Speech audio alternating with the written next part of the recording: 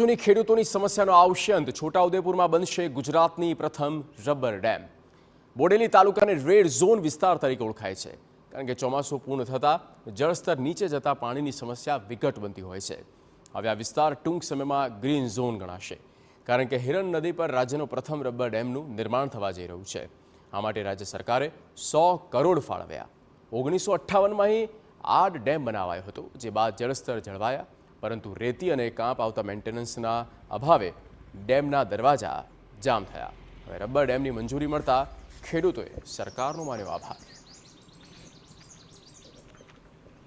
ખેડૂતોને સિંચાઈનું પાણી મળતું ન હતું, જેનો આ વિસ્તારના ખેડૂતોએ ગુજરાત સરકારના મુખ્યમંત્રીશ્રી અને મંત્રીશ્રીઓને અવારનવાર રજૂઆત કરતા, જેના ભાગરૂપે આજે ગુજરાત સરકારના મુખ્યમંત્રીશ્રીએ આ રાજવાસના ડેમને નવા રૂપરંગની અંદર બનાવવા માટે 128 કરોડ જેટલી માતબર રકમ ફાળવવામાં આવેલી છે. પાણી ખલાસ થઈ જાય છે અને જળસ્તર માટે અમે ટ્યુબવેલ બી કરાવીએ છીએ, પણ 300-400 ફૂટ પાણી મળતું નથી અને ખેતીમાં નુકસાની જાય છે. કાશીપુરા, રાજવાસના, સાલપુરા, ચલામલી, ભીલવાણિયાથી ઘણા ગામો છે, ઉપરના 60-70 ગામ અને નીચેના પણ 30-40 ગામ જેઓને નુકસાની જાય છે અને દેવાદાર બને છે.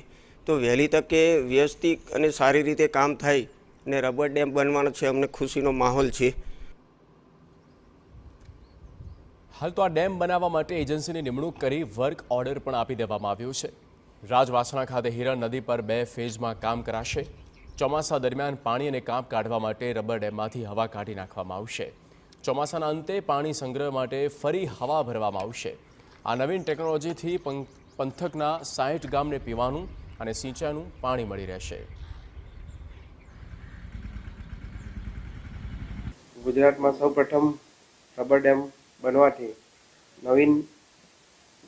વિયરનું નવીનીકરણ કરીને રાજવાસના મુકામે વિયરની કામગીરી કરવામાં આવશે, જેનાથી રાજવાસનાની આજુબાજુના 15 થી 20 ગામોમાં પરોક્ષ રીતે સિંચાઈનો લાભ થશે. આ ઉપરાંત આ નસવાડી અને બોડેલી તાલુકાના વિસ્તારોમાં ભૂગર્ભજળ ઉપર આવશે. બોડેલી તાલુકાના રાજવાસણા અને કાશીપુરાનો જે વિસ્તાર છે, આમ તો રેડ ઝોન ગણાય છે.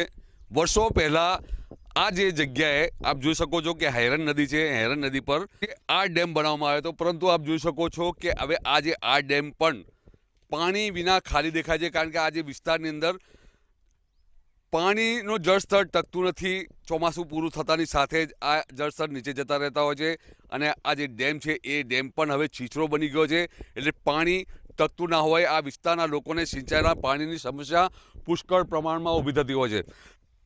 હવે ખુશીની વાત એ છે કે આજે રેડ ઝોન વિસ્તાર જે ગણાઈ રહ્યો છે તે હવે ટૂંક જ સમયની અંદર ગ્રીન ઝોન ગણાશે, કારણ કે આજે આ ડેમ છે ત્યાં રબર ડેમ કે જે પહેલું ગુજરાતનું રબર ડેમ બનાવવામાં આવશે.